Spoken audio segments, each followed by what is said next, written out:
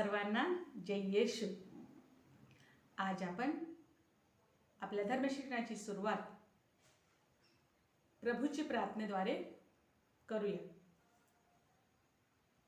हे आमच्या स्वर्गीय बापा, तुझे नाव पवित्र मानले जाओ, तुझे राज्य येवो, जसे स्वर्गात तसे पृथ्वीवरही तुझ्या इच्छेनुसार हो। आमची दररोजची भाकर आज आम्हाला दे, जसे आम्ही आमच्या अपराध करणाऱ्यांना क्षमा करीतो तसेच तू आमच्या अपराधांची क्षमा कर, आणि आम्हाला मोहात पडू देऊ नकोस, तर वाईटापासून आम्हाला सोडव। आमेन। पिता आणि पुत्र आणि पवित्र आत्मा यांच्या नावे आमेन। मुलांनो, आज आपण 11वा धडा शिकणार आहोत। 11वा धडा आहे कौटुंबिक जीवनाद्वारा प्रेषित आहे। कौटुंबिक जीवनाद्वारा प्रेषित आहे। तर या पाठामध्ये आपल्याला ख्रिस्त सभा कुटुंबाबद्दल काय सांगतात आपण आता शिकूया। आता आपण एक उदाहरण बघूया। कर्नेल्य आणि त्यांचे कुटुंब जे गैर यहुदी होते, देवाच्या विशेष मध्यस्थद्वारे विश्वासू झाले। देव एका दर्शनामध्ये कर्नेल्याला म्हणाला की त्यांनी लोकांना पाठवून पेत्रास बोलवावे। त्यासोबतच दुसऱ्या दर्शनामध्ये देव पेत्राला म्हणाला की त्यांनी कर्नेल्याद्वारे पाठवलेल्या लोकांसोबत जावे। अशा प्रकारे कर्नेल्याच्या घरी पेत्राने देवाच्या वचनाची घोषणा केली, ज्याचे फलस्वरूप फक्त कर्नेल्या आणि त्याचे कुटुंबच नाही, परंतु अनेक लोकांनी बाप्तिस्मा ग्रहण केले जे तेथे उपस्थित होते। हे वचन आपण बघतो आहोत कुरिन्थिकरास पत्रामध्ये अध्याय 10। आदिम ख्रिस्त सभेमध्ये बरेच लोक कुटुंबासोबत बाप्तिस्मा ग्रहण करून येशूचे प्रेषित झाले। उदाहरणार्थ लुदिया आणि परिवार, स्टेफन आणि परिवार इत्यादी। प्रेरित संत पौल प्रिस्का आणि अक्विला दंपतीला धन्यवाद देतात। प्रिस्का आणि अक्विला दंपतीला धन्यवाद देतात, ज्यांनी आपल्या जीवन धोक्यात घालून पौलाच्या जीवनाची रक्षा केली, पौलाच्या जीवनाचे रक्षण केले, आणि त्या ख्रिस्त सभेचा नमस्कार करतात जे त्यांच्या घरी एकत्र होतात। हे आपण बघतो आहोत रोमकरास पत्रामध्ये अध्याय 16 3 ते 5 मध्ये। यावरून असे स्पष्ट होते की आदिम ख्रिस्त सभेमध्ये कुटुंबाद्वारा प्राप्त प्रेषिताई सजीव होती। आदिम ख्रिस्त सभेमध्ये कुटुंबाद्वारा प्राप्त प्रेषिताई सजीव होती। कळले मुलांनो? मुलांनो, सर्वांना जय येशू। आपल्या धर्मशिक्षणाची सुरुवात आपण एका प्रार्थनेने करूया। हे देवा परमेश्वरा, आज आम्ही तुम्हाला धन्यवाद देतो की तुम्ही आम्हाला आजचा चांगला सुंदर दिवस पाहण्यासाठी दिले। हे प्रभू, आज धर्मशिक्षणामध्ये आम्ही जे शिकणार आहोत ते समजण्याकरिता आम्हाला तुझ्या पवित्र आत्म्याची कृपा प्रदान कर। हे प्रभू परमेश्वरा, आज ख्रिस्त सभेसोबत आम्ही तुझीकडे हेच प्रार्थना करतो की आम्ही सर्व मुले धर्मशिक्षणामध्ये जे काही शिकणार आहोत ते समजून घ्यावे आणि आमच्या जीवनामध्ये अनुकरण करावे, याकरिता आम्हाला कृपा प्रदान कर। आमेन। पिता आणि पुत्र आणि पवित्र आत्मा यांच्या नावे आमेन। मुलांनो, आज आपण 12वा धडा शिकूया। पुरोहिताई जीवनात प्रेषिताई। पुरोहिताई जीवनात प्रेषिताई। तर आपण एक वचन बघूया।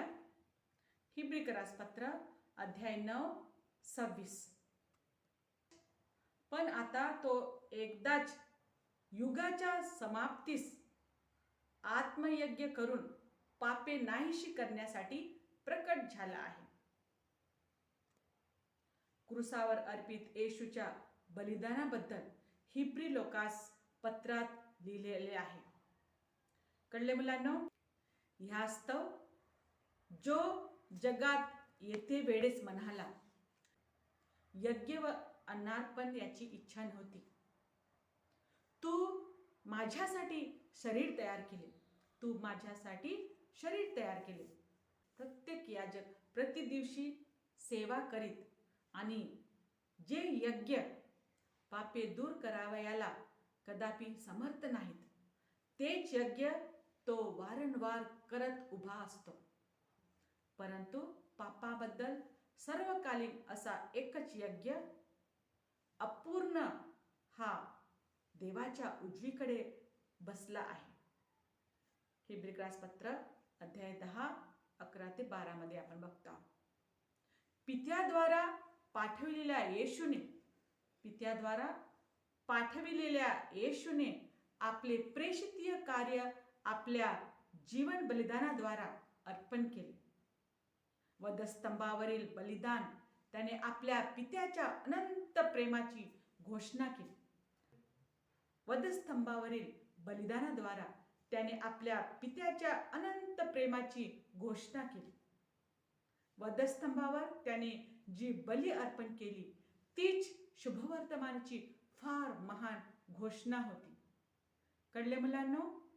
आपल्या जीवनाला बली स्वरूपात अर्पित करणे पुरोहिताई जीवनाचे सर्वोत्कृष्ट प्रेषितीय कार्य आहे.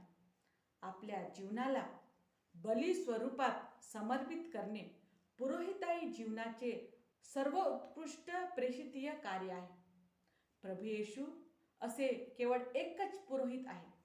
प्रभू येशू असे केवळ एकच पुरोहित आहे. इतर सर्व पुरोहित त्यांच्या पुरोहिताईमध्ये भाग घेतात. ज्ञानस्नान आणि दृढीकरण संस्काराद्वारा प्रत्येक ख्रिस्ती येशूच्या पुरोहिताईमध्ये भाग घेतो. परंतु परमेश्वर काही लोकांना विशेष रूपाने पुरोहिताई कार्यासाठी नियुक्त करतो. परंतु परमेश्वर काही लोकांना विशेष रूपाने पुरोहिताई कार्यासाठी नियुक्त करतो. पुरोहितांना अशा प्रकारचे पाचारण प्राप्त झाले आहे. कळले मुलांनो? सर्व ख्रिस्ती लोक येशूच्या शिष्यत्वामध्ये भाग घेण्यासाठी बोलावले गेले आहेत. परंतु ज्यांना पुरोहिताईचे पाचारण लाभलेले आहेत ते शिष्यत्वाच्या खोल अनुभवामध्ये जगासाठी पाचारले गेले आहेत. त्यामागे परमेश्वराचे विशेष पाचारण आणि निवड असते. त्यासाठी परमेश्वराचे विशेष पाचारण आणि निवड असते. येशू म्हणतात, तुम्ही मला निवडले नाही, मी तुम्हाला निवडले आहे. हे वचन आपण बघतो आहोत संत योहान शुभवर्तमान अध्याय 15 वचन 16 मध्ये. ज्याने बोलाविले त्या परमेश्वरास पूर्णपणे समर्पित करीत उत्तरदायित्वास पूर्ण करण्याचे पुरोहिताईचे कर्तव्य आहे. पुरोहिताईचे कर्तव्य आहे. आपले जीवन समर्पित करीत परमेश्वराद्वारे सोपविलेले प्रेषितीय कार्य पूर्ण करण्यासाठी प्रत्येक पुरोहित बाधित आहे. प्रत्येक पुरोहित बाधित आहे. हे उत्तरदायित्व पुरोहित मुख्यत्वे वचन घोषणा, पवित्र बलिदान आणि मेघपाडाद्वारा पार पाडतील. बलिदान आणि मेघपाडाद्वारा पार पाडतील. कळले मुलांनो? तर तुम्हाला मी एक गृहपाठ देते, ते म्हणजे पुरोहितामध्ये तुम्ही कोणकोणते गुण पाहू इच्छिता हे तुम्ही आपल्या परिवारामध्ये चर्चा करा. हे तुम्ही आपल्या परिवारामध्ये चर्चा करा. कळले मुलांनो? आता आपण हा मुद्दा बघूया, पुरोहिताईचे पद आणि कर्तव्य. पुरोहिताईचे पद आणि कर्तव्य. शुश्रूषा पुरोहिताईची पूर्णता येशूने प्रेषितांद्वारा धर्माध्यक्षांना प्रदान केली. पुरोहितगण धर्माध्यक्षाचे सहयोगी आहेत. शुश्रूषा पुरोहिताईची पूर्णता येशूने प्रेषितांद्वारा धर्माध्यक्षांना प्रदान केली. पुरोहितगण धर्माध्यक्षाचे सहयोगी आहेत. ख्रिस्त सभेचे मस्तक आणि मेंढपाळ येशू आहे. ख्रिस्त सभेचे मस्तक आणि मेंढपाळ येशू आहे. पुरोहित त्याचे प्रतिनिधी आहेत. येशू सोबत राहून वचन घोषणा करणे, संस्काराचे अनुष्ठान करणे आणि ईश्वरीय लोकांचे नेतृत्व करण्यासाठी ते बोलावले गेले आहे. आणि ईश्वरीय लोकांचे नेतृत्व करण्यासाठी ते बोलावले गेले आहेत. जे ख्रिस्ताचे शरीर आहे, त्या ख्रिस्त सभेच्या निर्मितीसाठी ते ख्रिस्ताच्या तीनही कर्तव्यात व कार्यात भाग घेतात. म्हणजे शिकविणे, पवित्र करणे आणि नेतृत्व करणे. शिकवणे, पवित्र करणे आणि नेतृत्व करणे. परमेश्वरीय लोक ख्रिस्ताचे आध्यात्मिक शरीर आणि पवित्र आत्म्याचे मंदिर आहे ख्रिस्त सभा. जगात ख्रिस्त सभेचे निरंतर निर्माण करणे, जगात ख्रिस्त सभेचे निरंतर निर्माण करणे हेच पुरोहिताचे मूलभूत कर्तव्य आहे. हेच पुरोहितांचे मूलभूत कर्तव्य आहे. ते नित्य पुरोहित ख्रिस्ताच्या पुरोहिताईमध्ये भाग घेतात. ते नित्य पुरोहित ख्रिस्ताच्या पुरोहिताईमध्ये भाग घेतात. तसेच ते त्याच्या नावावर कार्य करू शकतात. म्हणून ते परमेश्वर आणि मानव त्यांच्या मध्यस्थाच्या रूपात शुश्रूषा करतात. ते लोकांच्या प्रार्थना परमेश्वरासमक्ष समर्पित करतात आणि परमेश्वराची इच्छा जाणून घेण्यासाठी लोक त्यांना सहकार्य करतात. आणि परमेश्वराची इच्छा जाणून घेण्यासाठी लोक त्यांना सहकार्य करतात. कळले मुलांनो? आता आपण पहिला मुद्दा बघूया. प्रवचन शुश्रूषाद्वारा. प्रवचन शुश्रूषाद्वारा. याजकीय शुश्रूषाचे महत्त्वपूर्ण कर्तव्य म्हणजे शुभवर्तमान घोषणा करणे होय. याजकीय शुश्रूषाचे महत्त्वपूर्ण कर्तव्य म्हणजे शुभवर्तमान घोषणा करणे होय. पुनरुत्थानानंतर शिष्यांना येशूने कर्तव्य सोपविले ते हेच आहे. म्हणजे त्यांनी शुभवर्तमान प्रचाराद्वारा ख्रिस्ताचा प्रचार करावे आणि ख्रिस्त सभा निर्माण करावे. तो म्हणाला, तुम्ही जाऊन सर्व राष्ट्रातील लोकांस शिष्य करा. त्यास पित्याच्या, पुत्राच्या व पवित्र आत्म्याच्या नावाने बाप्तिस्मा द्या.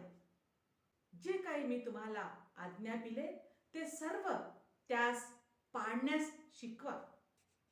आणि पहा, युगाच्या समाप्तीपर्यंत मी सर्व दिवस तुमच्या सोबत आहे. हे वचन आपण बघतो आहोत संत मत्ती शुभवर्तमान अध्याय 28, 19 आणि 20 मध्ये. शिष्यांची अशी दृढ धारणा होती की परमेश्वराच्या वचनाची उपेक्षा करीत भोजन वाटण्यात व्यस्त असणे योग्य नाही आणि त्यांना प्रार्थना आणि वचन शुश्रूषामध्ये नेहमी ध्यानस्थ राहणे आहे.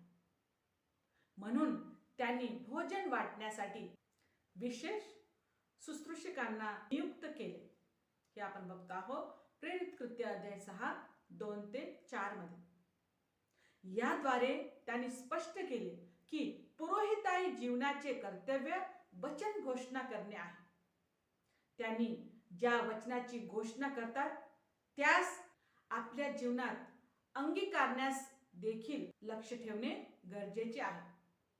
व्यक्तिगत आणि सामाजिक चुका दुरुस्त करण्यास सुद्धा प्रेषितांनी लक्ष घातले.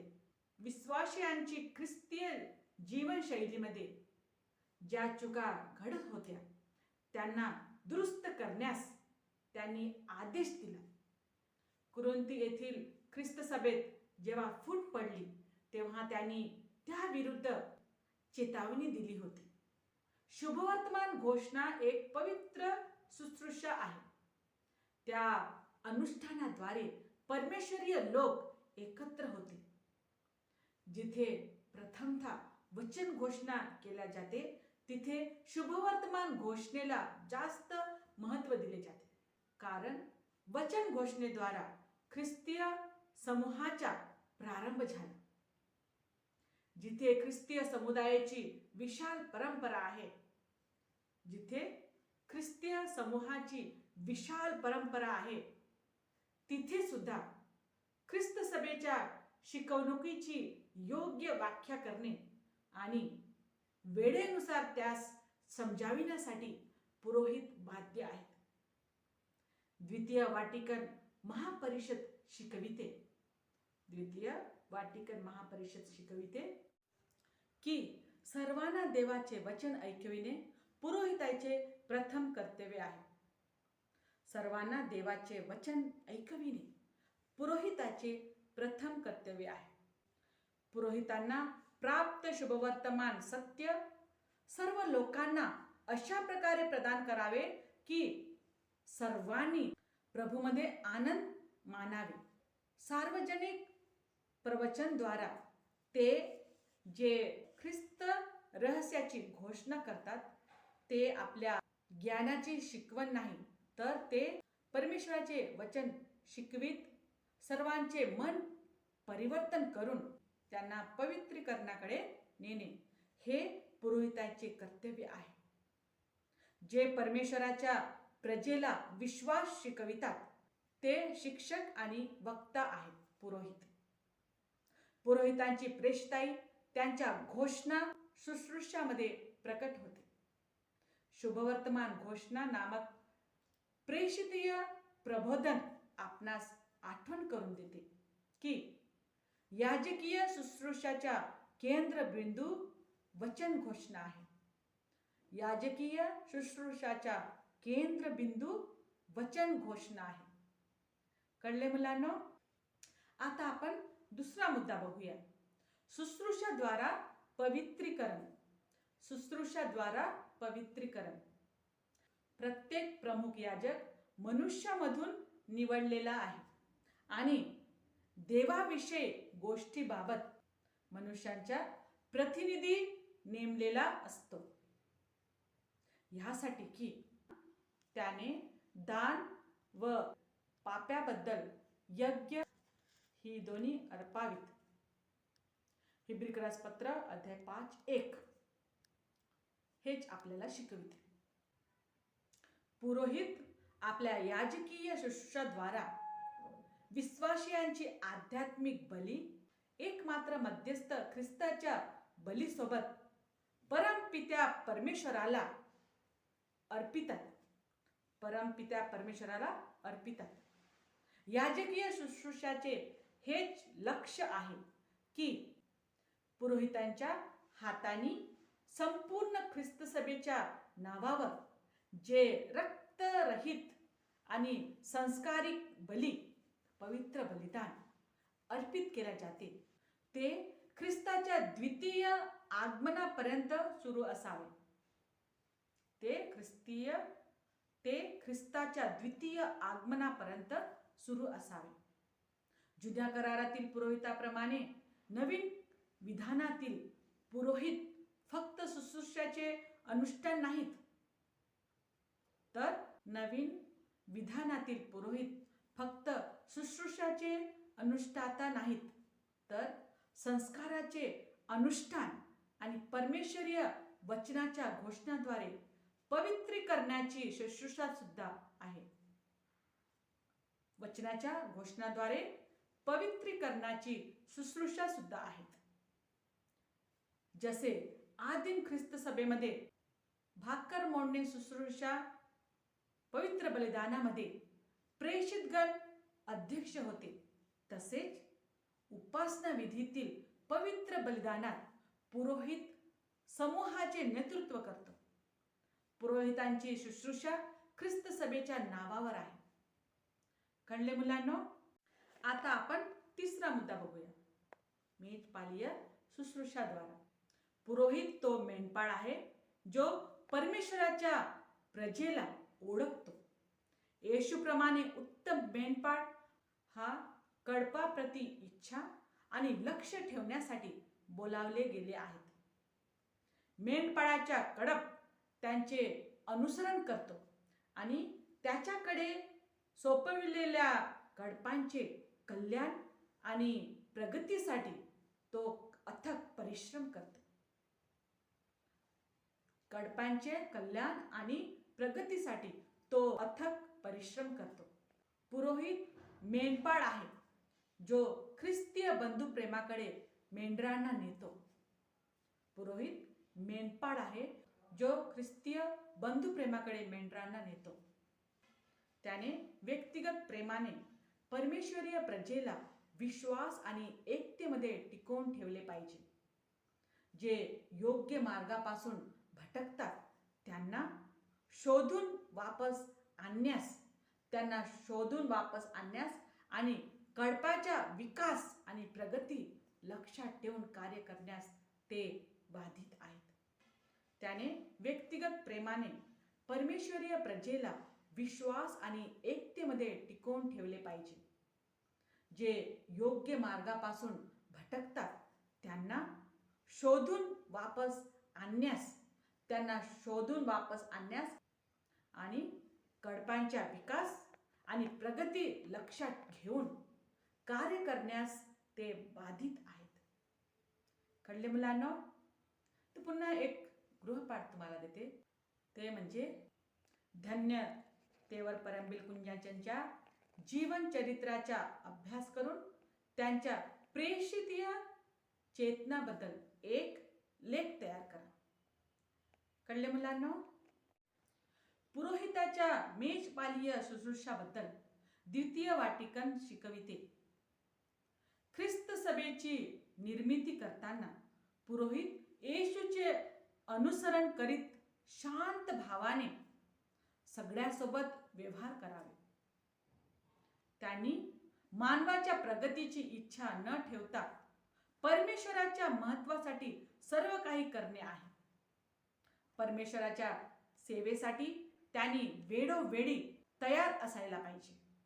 देवाच्या प्रजेच्या विश्वास प्रशिक्षणात ते उत्साहित असले पाहिजे. त्यांनी गरीब आणि कमजोर लोकांकडे विशेष लक्ष ठेवले पाहिजे. मुले मुली, युवक, विवाहित आणि आई वडिलांकडे सुद्धा विशेष लक्ष घालणे अनिवार्य आहे. ईश्वरीय राज्यात संन्यासी आणि संन्यासिनी गण यांचे स्थान उच्च आहे. ईश्वरीय राज्यात संन्यासी आणि संन्यासिनी गण यांचे स्थान उच्च आहे. पुरोहितांनी हे सत्य आठवण ठेवायला पाहिजे.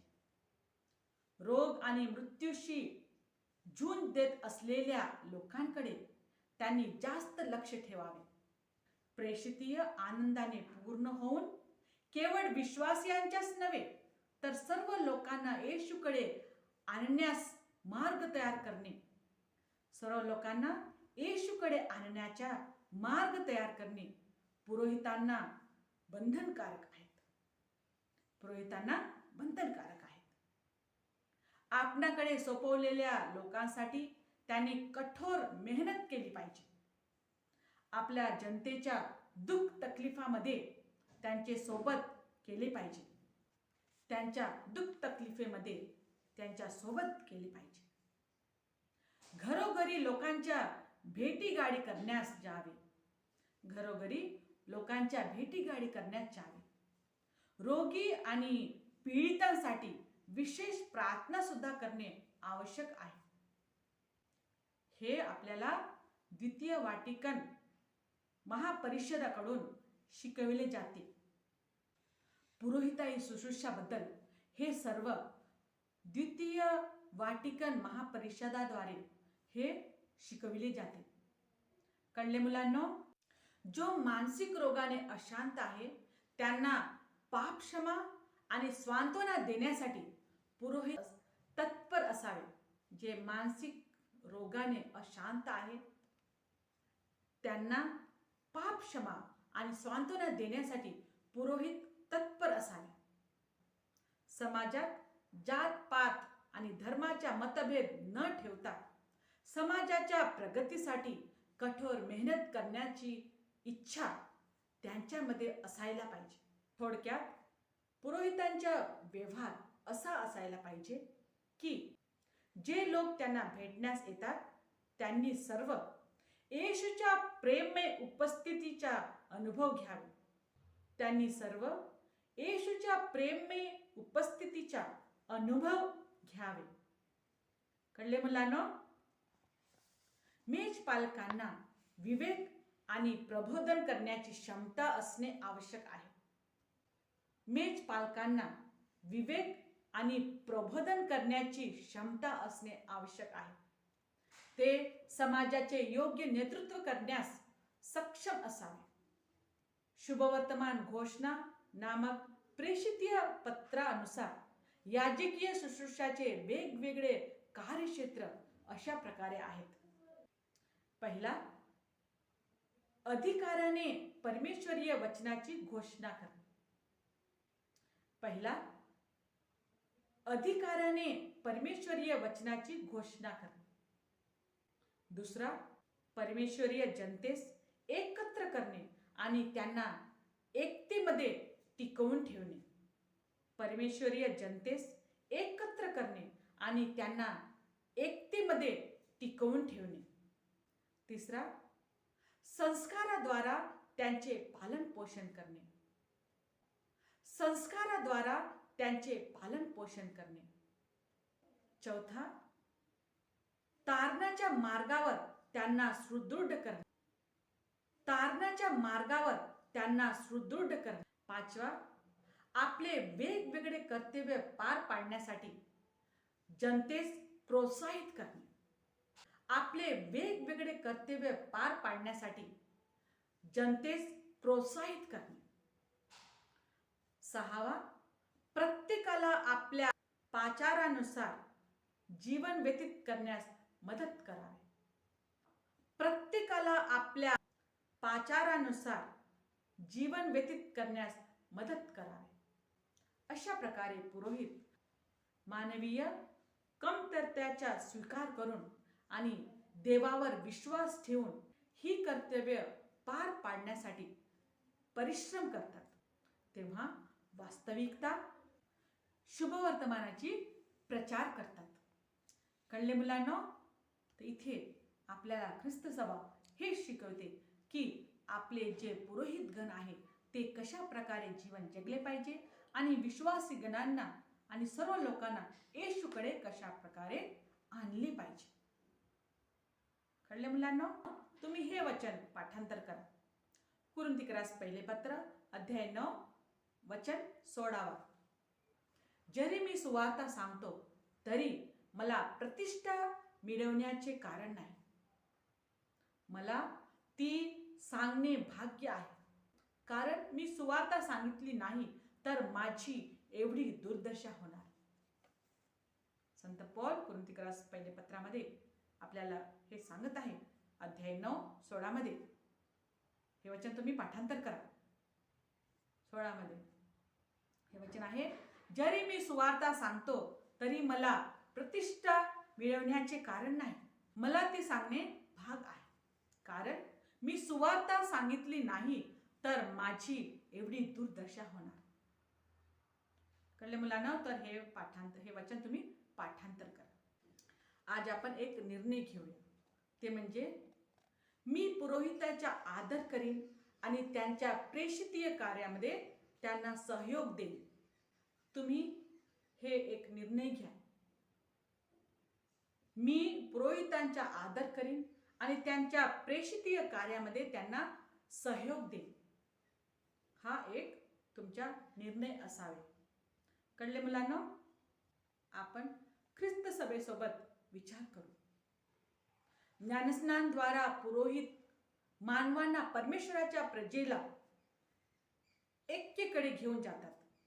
ज्ञानस्नानाद्वारा पुरोहित मानवांना परमेश्वराच्या प्रजेला एकेकडे घेऊन जातात. प्रायश्चित संस्काराद्वारे परमेश्वरावर आणि ख्रिस्त सभेसोबत पापियांचे समेट करवतात. रोगी लेपनद्वारा रोग्यांना स्वास्थ्य प्रदान करतात. सर्वोपरी त्यांनी पवित्र बलिदानामध्ये सांस्कारिकरित्या ख्रिस्ताची बली चढवितात. कळले मुलांनो? आपण इथे आपला 12वा धडा समाप्त करत आहोत. आपल्या धड्यामध्ये 5 प्रश्न दिले गेलेले आहेत. त्याचे उत्तर तुम्ही शोधून काढा आणि लिहा. कळले मुलांनो? तर आपण आपल्या धर्मशिक्षणाची समाप्ती करूया. हे प्रभू परमेश्वरा, आजच्या धर्मशिक्षणाबद्दल आम्ही तुला धन्यवाद देतो. हे प्रभू परमेश्वरा, सर्व पुरोहितांना तुझ्या पवित्र हृदयाच्या छत्रछायामध्ये सुरक्षित ठेव. ते सर्व त्यांचे कर्तव्य समर्पित भावाने पूर्ण करण्यास समर्थ होण्यासाठी त्यांना शक्ती प्रदान कर. सर्व पुरोहितगण, सर्व विश्वासी गणांना तुझ्या सत्याच्या मार्गाकडे नेहमी नेत असण्यास तत्पर राहावे, याकरिता त्यांना आशीर्वादित कर. आमेन. पिता आणि पुत्र आणि पवित्र आत्मा यांच्या नावे आमेन. मुलांनो, सर्वांना जय येशू.